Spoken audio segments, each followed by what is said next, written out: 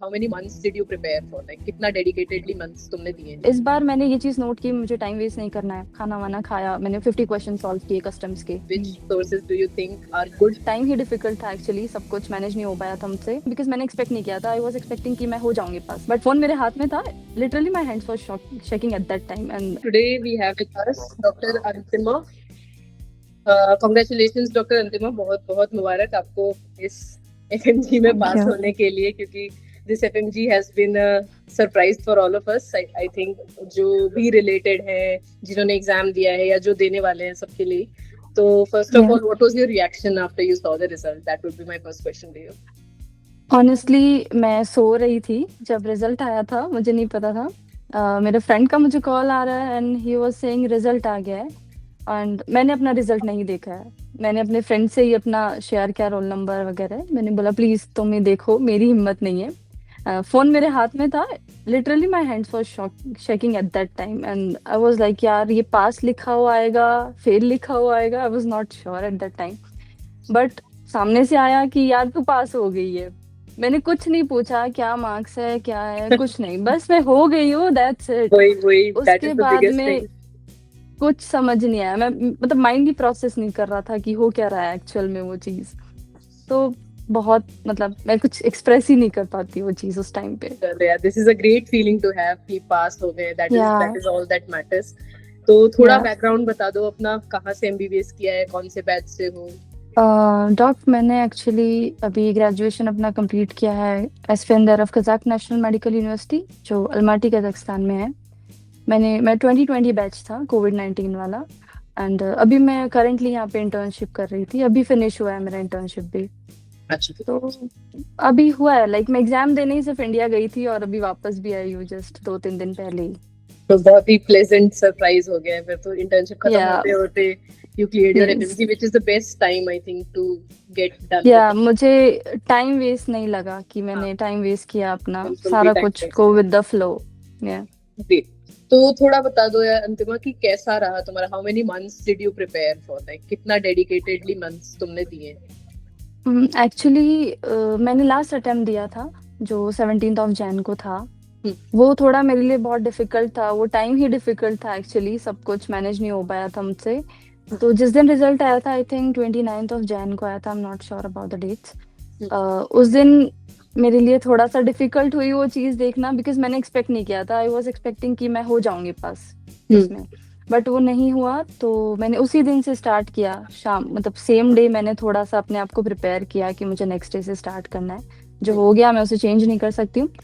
तो मैंने next day से अपना स्टार्ट किया, फिर मैंने रिसोर्सेज ढूंढना शुरू किया मुझे क्या करना चाहिए, बिकॉज लास्ट मैंने खुद से प्रिपरेशंस की थी। मैंने हम्म, कोई कोचिंग नहीं किया था, कुछ नहीं किया था।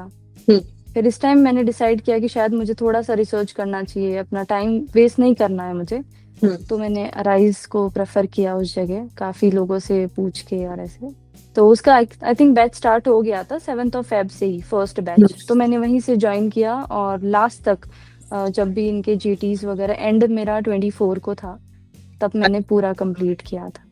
बढ़िया। तो नेक्स्ट सवाल भी मेरा यही था कि which hmm, sources do you think you relied on and you think are good for all the या FMG students? तो एक तो मतलब तुमने प्रेफर किया अराइज को, है ना? या क्यों प्रेफर किया, दो तीन लाइन में अगर बता सको तो, कि why you chose arise? Ma'am, actually arise का ये रहा कि मेरा लास्ट टाइम जैसे मैंने खुद ने प्रिपरेशंस किया था, तो उसमें ये प्रॉब्लम हो रहा था कि खुद को स्ट्रेटेजी बनाना है, खुद का देखना है कैसे मैनेज करना है, कौन सा सब्जेक्ट कब कंप्लीट करना है।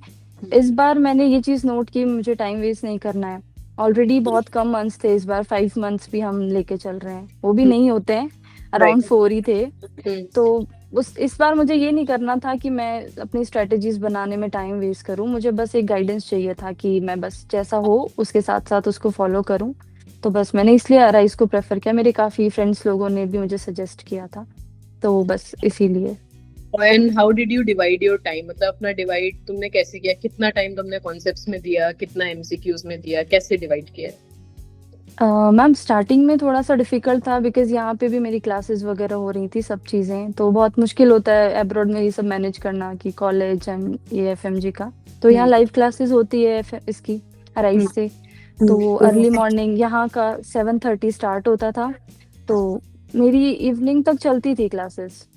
तो जब जैसे मुझे लंच ब्रेक मिल रहा है उस टाइम पे मैं जैसे खाना वाना खाया, मैंने 50 क्वेश्चन सॉल्व किए कस्टम्स के, फिर हम्म। सोने से पहले 50 क्वेश्चन सॉल्व किए, तो ऐसे धीरे धीरे मैंने मैनेज की थी चीजें। ठीक है, और कितने ग्रैंड टेस्ट दिए, मॉक टेस्ट दिए, कैसा रहा वो अ, शेड्यूल? मैंने अराउंड 6 और 7 ग्रैंड टेस्ट दिए थे अभी। हम्म। तो वहाँ पे ओवरऑल मेरा सारे जीटीज पास थे, मैं किसी में भी फेल नहीं थी। ठीक। बट मैं ये एक्सपेक्ट कर रही थी कि अराउंड मैं 160 या 170 के बीच में स्कोर करूंगी, लेकिन जो पेपर का लेवल था दैट पेपर वाज टफ होता है। अनएक्सपेक्टेड, या Correct. इस वजह से वो नहीं हो पाया। तो what was your biggest challenge while preparation? Like तुम्हें क्या लगा, क्या तुम्हें सबसे ज्यादा दिक्कत किस चीज में हुई, क्या प्रॉब्लम फेस की तुमने? मैम एक्चुअली मुझे प्रॉब्लम हुई थी जैसे यहाँ की क्लासेस मैनेज करना, काफी बहुत ही ज्यादा डिफिकल्ट था, एग्जाम्स भी देना, सारी कुछ टाइम मैनेज करना, हम्म। और बहुत सी चीजें मेंटली भी बहुत परेशानी होती है कि यार होगा नहीं होगा, थोड़े से अप्स एंड डाउन्स आते हैं। बट मैंने सोचा चलो कोई बात नहीं, देखते हैं, चलते जाते हैं उसके साथ में, कोई प्रॉब्लम नहीं है।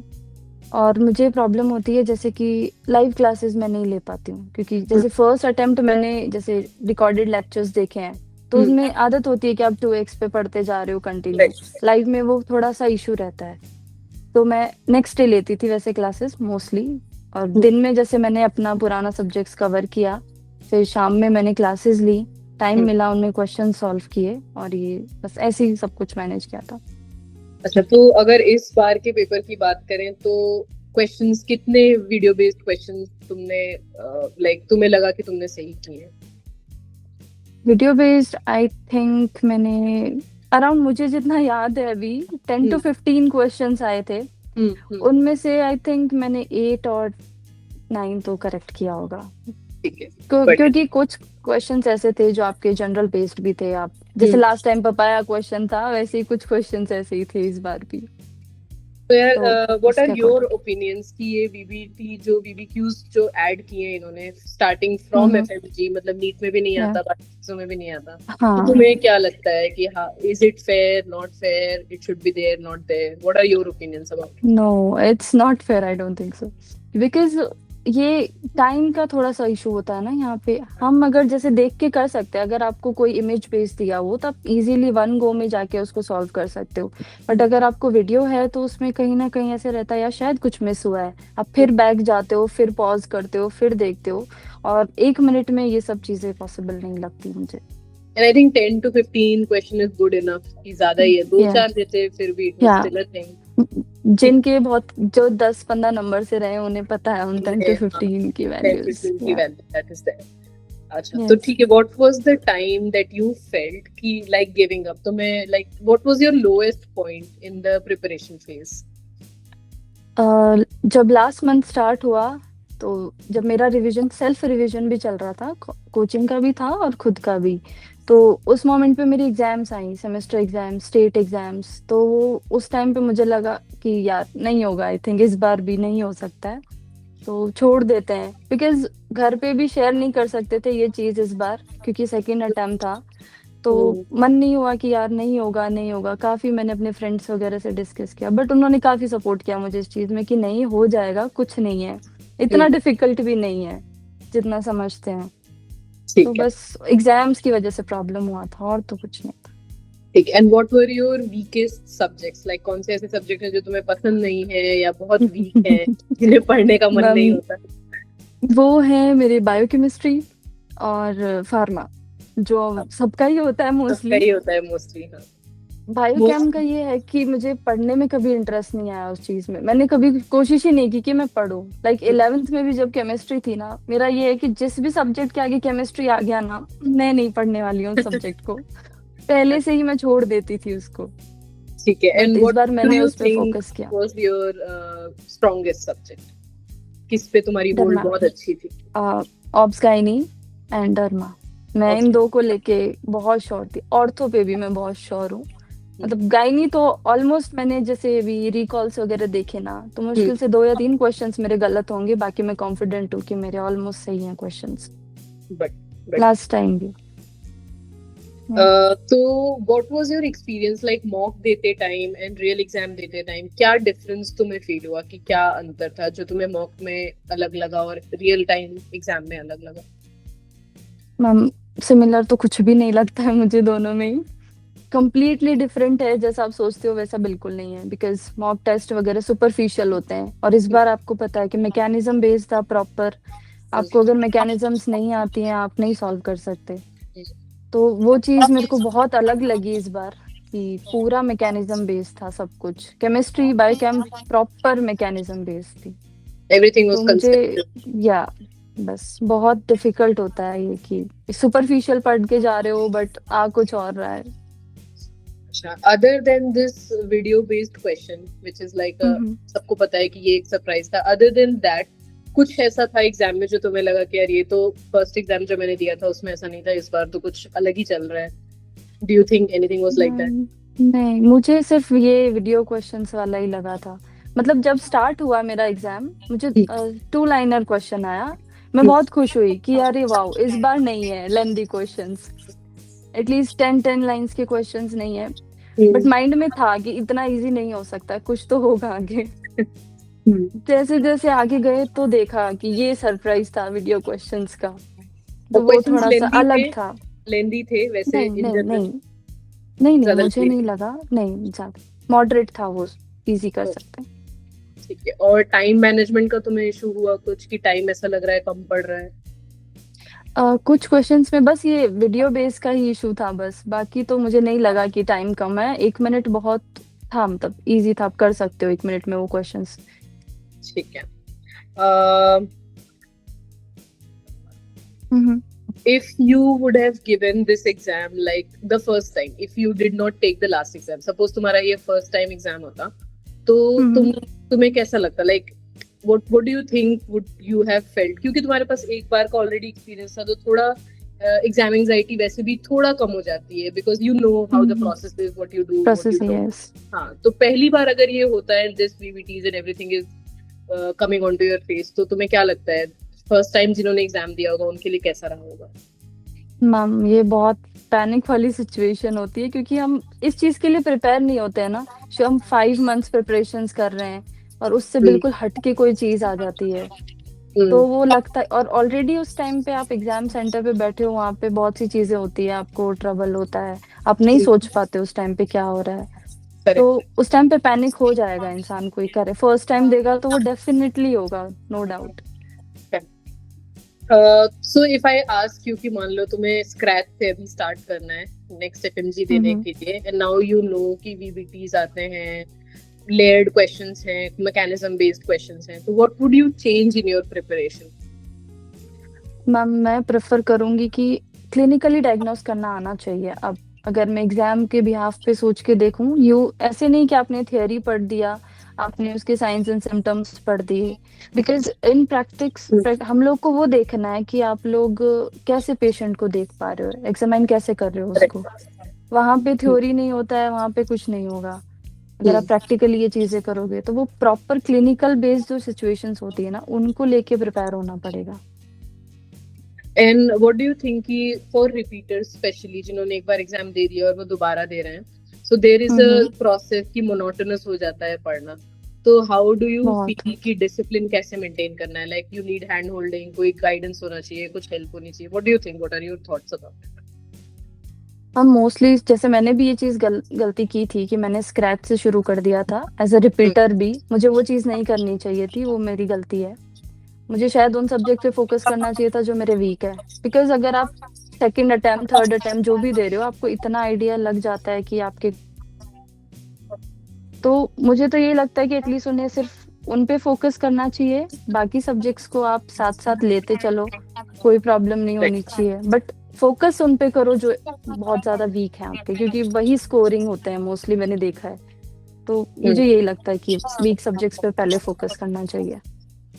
And what are your 3 success points? Like तुम्हें क्या लगता है तुम्हारी ऐसी कौन सी 3 आदतें हैं जिन्होंने तुम्हें हेल्प किया है ये exam, even it was a difficult side का एग्जाम, एस करने के लिए? What do you think? Ma'am, actually मेरी एक अच्छी आदत है कि मुझे जब लगता है कि यार मैं भूल रही हूँ, मुझे नहीं आ रहा है पढ़ने के बाद भी, तो मैं क्वेश्चंस करना स्टार्ट करती हूँ, हम्म, और वो भी उस सब्जेक्ट्स के क्वेश्चन करती हूँ जिस पे मुझे कॉन्फिडेंस है कि ये मैं कर लूंगी। right. बिकॉज अगर मैं वीक सब्जेक्ट, मेरी मेंटालिटी ये होती है उस टाइम पे कि अगर मैं वीक सब्जेक्ट उठाऊंगी, वहां मेरे क्वेश्चंस गलत होंगे, तो शायद मैं और लो फील करूँ उस जगह जाके। तो मैं जो मेरे स्ट्रॉन्ग सब्जेक्ट्स है उनको पिक करती हूँ, उनके क्वेश्चंस करती हूँ, ताकि थोड़ा हम्म, कॉन्फिडेंस बिल्ड होता है उस जगह। तो मैं, ये मेरी आदत है शुरू से ही कि नहीं हो रहा है तो ऐसा सब्जेक्ट उठाओ जो आता है, जो उसको पढ़ दो, कॉन्फिडेंस बूस्ट थोड़ा कर सके इंटरेस्ट थोड़ा। आता है। हम्म, हाँ, बस मैं बस उस चीज पे ज्यादा फोकस करती थी कि नहीं। बहुत बार एक होता है कि सब लोग बोलते हैं कि सब कुछ भूल जाओ, घूमना फिरना सब बंद कर दो। ये मैंने हम्म, पर्सनली एक्सपीरियंस किया है कि 24 घंटे आप नहीं रह सकते हो एक जगह, आपको थोड़ा हम्म, फ्रेश माइंड चाहिए। तो एटलीस्ट मैं बाहर जाती थी, जैसे भी वॉक पे जा रही हूँ कुछ भी, तो मैं जैसे जो इंस्टाग्राम पे क्वेश्चंस पोस्ट होते हैं उनको सॉल्व हम्म, किया। तो ये सब हम्म, चीजें करती थी ताकि मुझे इजी लगे, वापस जब मैं घर जाऊं तो मैं फ्रेश माइंड से पढ़ पाऊंगी वो चीज। इस चीज करेक्ट। ने भी मुझे बहुत हेल्प की है। और तो कुछ मुझे लगा नहीं कि शायद मैंने कुछ अलग किया हो। अच्छा, जीटीज कैसे रिव्यू किया है तुमने? लाइक जीटीज देने के बाद उन्हें रिव्यू किया, नहीं किया, क्या किया? हाँ, रिव्यू मैंने किया जो मेरे रॉन्ग होते थे क्वेश्चंस, क्योंकि कुछ आपको पता है कि ऐसे भी लग जाते हैं, तुक्के भी लग जाते हैं, तो उनको भी देखना जरूरी होता है। आइडिया लग जाता है कि ये इस क्वेश्चन में मैं श्योर नहीं थी, बट फिर भी अगर ये करेक्ट है तो मुझे देखना चाहिए कि क्यों है। तो मैंने रिव्यू किए हैं, सारे जीटीज अपने रिव्यू किए हैं, और जो मोस्टली वही किए हैं जो मेरे रॉन्ग थे। करेक्ट का तो कोई मैं सोचती नहीं थी, उसको तो करने का कोई मतलब नहीं है, बिकॉज पढ़ाई और भी करनी होती है, मैनेज करना होता है, तो इतना टाइम नहीं बचता है। हम्म। इस तो बस ऐसे रिव्यू किया था। In your opinion, is consistency more important than long hours or not? Yes, 10 घंटे पढ़ने से कुछ नहीं होता है, बस कंटिन्यू चाहे 5 घंटे भी आप डेली एक सब्जेक्ट को दोगे, चाहे थोड़ा थोड़ा ही पढ़ो, वो बहुत हेल्प करता है, बहुत। बिकॉज रीसेंट मेमोरी जो है वही काम आती है, ये चीज मैंने देखी है एग्जाम में। हम्म, आप आज पढ़ोगे, 5 महीने बाद वो चीज नहीं याद रहेगी, बट हम्म, अगर आप लास्ट मंथ में पढ़ो उसको थोड़ा, तो वो ज्यादा याद रहती। मैंने खुद ने ये चीज करी है, जो जैसे मैंने बोला आपको कि बायोकेम मेरा वीक हम्म, था, फार्मा वीक था, मैंने एग्जाम के 2 दिन पहले उसको पढ़ा है। रिवीजन मैंने 2 दिन पहले किया है कि एटलीस्ट थोड़ा रिटेन हो। हम्म। बिल्कुल मैं जीरो होके नहीं जा सकती उस जगह पे। सही बात है। कितने तो रिविजन्स तुमने लाइक कंसिस्टेंसी, और ऑल अराउंड किए हैं, लाइक सब्जेक्ट्स? मैम, ओवरऑल जैसे फर्स्ट कोचिंग का कंप्लीट हुआ सिलेबस, बिकॉज इस बार टाइम कम था, तो 31 मई को कंप्लीट हुआ था मेरा ये कोर्स, हम्म, तो टाइम नहीं बचा था इतना। फिर हम्म, टीएनडीज वगैरह चले थे, आईसीटीएस वगैरह थे, वो सब दिया। हम्म। तो मैंने ओवरऑल खुद से कोचिंग के अलावा मैंने 2 रिविजन्स किए थे अपने। Okay, good enough. I think 2 to 3 revisions सब हाँ यही या, advise करते हैं. Depending on time, 2 revision is good enough. हाँ। आई वुड आस्क यू कि अगर कोई हो तुम्हें जो जीटीज तुम्हारे कहाँ वीक पॉइंट्स हैं, तुम कहाँ लैक कर रहे हो, if someone is doing hand holding for you, अगर तुम्हारे साथ किसी ने किया होता, if you had that kind of partner opinion या गाइडेंस, तो do you think your performance would have been better than, like, you passed, no doubt 155 is a really good score, you passed, but do you think अगर वो help भी तुमने ली होती तो you would have scored much more? Is there a option हाँ, like? या ये होता है एक, मैंने बहुत बार ये चीज देखी है खुद से, जब मैं पढ़ने बैठी हूँ। लाइक लास्ट अटेम्प्ट मैंने जब दिया था, मैं सब चीजों से दूर थी, मैं सिर्फ अपना पढ़ रही थी जो भी था। बट जस्ट अभी मैंने दिया तो मेरे फ्रेंड्स वगैरह भी मेरे साथ ही पढ़ रहे थे, तो वो थोड़ा सपोर्ट उनसे मिला, उनसे गाइडेंस मिली, और जो हम डिस्कस करते हैं साथ बैठ के, वो चीज मुझे बहुत हेल्प करी थी उस चीज ने, कि हाँ वो मुझे करनी चाहिए। मैं सबको यही प्रेफर करती हूँ, अगर आप ग्रुप के साथ हो तो उनसे एटलीस्ट डिस्कस करो ये सारी चीजें, क्योंकि वो समझते हैं और आप सेम फील्ड से हैं, तो वो Right. रिटेन भी रहती हैं चीजें। तो we are moving towards the end of the discussion. तो I would ask you या कि अगर तुम्हारे जैसे जूनियर्स या तुम्हारे बैचमेट्स अभी देंगे अपकमिंग एफएमजी, तो what would be your advice to them, कि तुम क्या बोलना चाहोगे? Suppose if someone comes to you कि क्या करना चाहिए, कैसे करना चाहिए? मैम, मैं सबको यही बोलूंगी कि कुछ नहीं होता है, इतना भी डिफिकल्ट नहीं होता है एग्जाम। बस इतना प्रिपेयर होके जाओ कि तुम ये नहीं बोलो कि यार होगा या नहीं होगा, बस ये रहो कि मार्क्स कितने भी आए डजेंट मैटर, मैं पास हूँ बस। इतना तो मैं पढ़ रहा हूँ या पढ़ रही हूँ कि मैं पास हो जाऊंगी, दैट्स इट। मुझे नहीं मतलब मेरे 200 प्लस आ रहे हैं, 150 ही क्यों ना आ रहे हो एग्जैक्ट, बट कंसिस्टेंसी रखनी है, कुछ नहीं सोचना है, बस गो विद द फ्लो। जो होगा वो आगे होगा, उसको आप चेंज भी नहीं कर सकते, आपको अपना 100% देना है, दैट्स इट। करेक्ट। और एग्जाम में जाने से पहले बस ये रखो कि देखा जाएगा यार, होगा नहीं होगा, मैंने अपनी मेहनत की है, खुद को अंडर एस्टिमेट नहीं करना है, बस that's it. Positive positive attitude के साथ एग्जाम देना है, मेहनत करनी है, और या फिर पॉजिटिव यस एटीट्यूड के साथ इंटर करना है। या क्योंकि दैट एक्चुअली इज। में ये होता है ना, हम यहाँ बैठे हैं, घर पे बैठे होते हैं, हमारे रूम में एसी चल रहा है, हम कंफर्ट जोन में होते हैं, बट वहां पे ये चीजें भी बहुत इफेक्ट करती है आपके एग्जाम सेंटर पे, कि वहाँ का एनवायरनमेंट कैसा है, कैसा नॉइस है वहाँ पे। आपको जैसे इस टाइम पे जो था, एक्चुअली मेरा सेंटर आया था बीकानेर, आपको पता है वहाँ पे गर्मी कितनी है, 40 to 42 डिग्रीज। करेक्ट। वहाँ पे फैंस भी नहीं चल रहे थे मेरे टेस्ट सेंटर पे, और उस जगह एग्जाम देना उस 40 to 42 डिग्री में बहुत डिफिकल्ट होता है। ऊपर से इतने सारे कंप्यूटर सिस्टम की हीट, पीपल सिटिंग और देयर। जो मेरी स्क्रीन थी उस पे पेन्स चले हुए थे प्रॉपर, मैंने उनसे 1 घंटे पहले रिक्वेस्ट किया कि प्लीज आप उसको क्लीन कर दो, उन्होंने वो भी नहीं किया, कि नहीं ये नहीं होगा, तो वहां पे बहुत सी प्रॉब्लम्स आएगी। तो उससे ये नहीं होता कि यार मैं कैसे करूंगा या कैसे करूंगी, डजेंट मैटर, पढ़ा है बस, उस वो ध्यान में रखना है। सिचुएशंस बहुत खराब होती है वहां पे, कंफर्ट जोन कभी नहीं मिले, ये दिस चीज इज मैंने ऑल्सो एक्सपीरियंस समथिंग की वी वर थी। डिस्कसिंग कि 6, 6,500, 7,000 का फॉर्म है। फीस मतलब भरना फीस या, हर कॉम्पिटिटिव, हर मेडिकल एग्जाम से 1.5 गुनी 2 गुनी हमारी फीस है। And when it hmm comes to the resources, when it comes to the screen, basic necessities, washrooms, fans and everything, तो जहां तक मुझे इनपुट मिला है, सबने यही बोला है कि फैंस नहीं चल रहे थे, पानी भी नहीं ढंग से हाँ, मिल सब रहा था, पानी भी नहीं मिल रहा था, यस पानी भी करेक्ट। नहीं मिल रहा था, and in the yes in this India का हीट में, and a lot of people were vomiting, fainting। ऐसा तुम्हारे सेंटर या पे कुछ हुआ? ऐसा कुछ हुआ? नो, ऐसा कुछ नहीं हुआ, बट सिचुएशंस काफी खराब थी। मैं जैसे मैं एग्जाम दे के आई ना, मैंने सीधा अपने फादर से यही बोला कि सबसे गंदा सेंटर था, बिल्कुल नहीं उस जगह पे। मतलब एक तो गर्मी में आप नहीं दे सकते हो राइट। पेपर, एक तो 40 42 डिग्रीज बहुत एग्जाइटी, होता है। ऊपर से गर्मी, इट और मस्ट हैव बीन आपको रियली दो डिफिकल्ट। शिफ्ट्स देनी है, 2 शिफ्ट्स हैं, 2 शिफ्ट्स में बहुत डिफिकल्ट होती है ये चीज मैनेज करना, कि आपकी वहाँ पे डेस्कटॉप्स जो है उन पे मिट्टी थी प्रॉपर पूरी। तो जैसे मैं एलर्जिक हूँ डस्ट से, तो मुझे वहां पे बहुत प्रॉब्लम हुई उस जगह पे, कि मैं कैसे मैनेज किया। मैंने उनसे रिक्वेस्ट भी किया कि प्लीज आप इसे क्लीन कर दो, ब्राइटनेस किसी की ज्यादा है किसी की कम है, तो स्पेक्टिकल्स जो पहनता है उसको प्रॉब्लम उसको होती भी है। प्रॉब्लम होती है, करेक्ट। तो मैंने ठीक बोला, है। किसी ने नहीं सुना, किसी ने सॉल्व नहीं किया, तो मतलब अच्छा नहीं होता है एनवायरनमेंट अच्छा वहां नहीं, पे, आपको दिस प्रिपेयर इज होके नॉट जाना गुड। पड़ता है।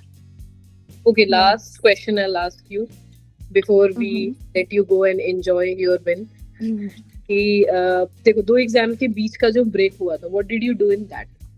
जो ब्रेक तुमने क्या किया?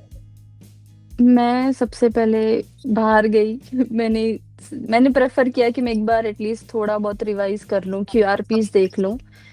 और लेकिन मैंने वो सब्जेक्ट्स पढ़े जिनमें मैं श्योर थी, क्योंकि मेरे को ये था कि इनमें मैं एटलीस्ट श्योर हूँ, तो मैं इनको स्ट्रॉन्ग कर लूं, ताकि दूसरे में अगर मेरे कम भी हो तो ये सारा कुछ बैलेंस हो जाएगी चीजें। मैंने क्यूआरपीस देखी जल्दी जल्दी सारी, जो मैं जितनी मैं देख पाई थी। बाकी मैंने रिलैक्स किया, मैंने कुछ नहीं किया, बस मैं सीधा 1 घंटे पहले मैं पहुंच गई थी वापस से। मैंने वहां जाके अपना मेडिटेशन किया, थोड़ा बहुत शांति से बैठी, बस ठीक है अब देखेंगे जो होगा एग्जाम। और मोस्टली मैं एक चीज और बोलूंगी मैम, कि बच्चे क्या करते हैं, क्वेश्चन स्किप कर देते हैं कि हम लास्ट में देखेंगे उस चीज को। मेरे साथ में एक स्टूडेंट था, आफ्टर एग्जाम जब मैंने उससे बात की, उसके 2 क्वेश्चंस मिस हुए थे दोनों पेपर्स में। तो मैंने पूछा ऐसा क्यों किया, वो ही वाज लाइक कि मुझे नहीं आता था, मैंने स्किप किया, आई वाज थिंकिंग कि मैं लास्ट में जाके उसको रीचेक करूंगा। बट ऐसा कभी पॉसिबल नहीं होता है, ये चीज आपको ही पता है, क्योंकि हमें नहीं पता कि अगले क्वेश्चंस कैसे होंगे, लेंथी होंगे, शॉर्ट कितना होंगे, टाइम लेगा कंसेप्चुअल नेक्स्ट बेस्ड क्वेश्चन? होंगे। हाँ, करेक्ट। बट मैं ये चीज सजेस्ट करूंगी कि हमारे पास अच्छा खासा वेटेज होता है कि हम 150 गलत कर सकते हैं क्वेश्चंस, राइट। तो एक और गलत हो जाएगा तो उसमें कुछ नहीं होने वाला, बट एटलीस्ट उसको अटेम्प्ट कर दो आप। और 4 ऑप्शन में लास्ट से के लिए आपको नहीं जिस पे छोड़ना। आ रहा है वो कर दो, हाँ 4 में से आपको अगर जो लग रहा है थोड़ा बहुत, उसको बस मार्क करके आप आगे निकल जाओ, याद रखो वो कौन सा क्वेश्चन था, टाइम बचता है तो आप जाके रीचेक करके कर लो, बट एटलीस्ट मिस नहीं होगा अगर आपके पास टाइम भी नहीं बचेगा तो करेक्ट है, क्योंकि तो क्या ये पता चीज मैं सही लग बोलूँ। जाए तो का एक नंबर हाँ, 149 और आके फेल हो जाए नेगेटिव तो नहीं है ना, सबसे that would be important hurt. Negative marking नहीं नेगेटिव है, नहीं, करेक्ट करेक्ट। तो आप क्या पता वो सही हो जाए, सही हो जाए, तो किस्मत अच्छी स्किप हो नहीं तो। करना। तो स्किप नहीं करना है, बस मैं ये बोलूंगी करेक्ट, एक भी क्वेश्चन को। ठीक है। जी, so it was very insightful Antima, doctor Antima Sen. Thank many you, many thank you ma'am, congratulations. I hope thank you so you much. Do really really well आने वाले टाइम में। Hopefully will meet again, will talk again. Thank you या so much for joining us. Iconic की तरफ से we congratulate you. Thank you so और much, it was a great session, great talking to you. Thank you so much, thank you ma'am, thank you, take care. Thank you. बस ये record हो गया। हो ही गया होगा भाई। हो अब गया, हो अब गया, अब हो अब गया। नहीं बोला जाएगा सर। एक बार हो मैं ही गया फर्स्ट होगा। टाइम मेरा ये है कि मैं ऐसे इंट्रोडक्शंस दे पा रही हूँ, मैं थोड़ा सा सोशल एंजाइटी हो होती है गया, हो मुझे, गया। मैं नहीं कर नहीं पाती नहीं, हूँ, it was good, it was good, but बढ़िया था सब कुछ। हमने एकदम, आई थिंक हमने सब कुछ ही ऑलमोस्ट कवर किया है। जो भी हाँ देखेगा ऑलमोस्ट इट सारा, will be helpful, helpful for everyone. या बस हो जाए, बस काफी बच्चे पास हो जाए, आई होप, बिकॉज रिजल्ट बहुत अनएक्सपेक्टेड है ये, रिजल्ट तो मुझे लगा नहीं था, every time the pattern changes, result ऐसे ही डिप करता है। जब भी पैटर्न चेंज बट होता है ये तो रिजल्ट डिप कुछ करता है। ओवर ओवर बहुत ओवर चला गया था इस बार तो, थोड़ा ज्यादा मतलब ओवर मुझे चला नहीं गया इस लगा था बार। कि ऐसा कुछ हो जाएगा वीडियो क्वेश्चंस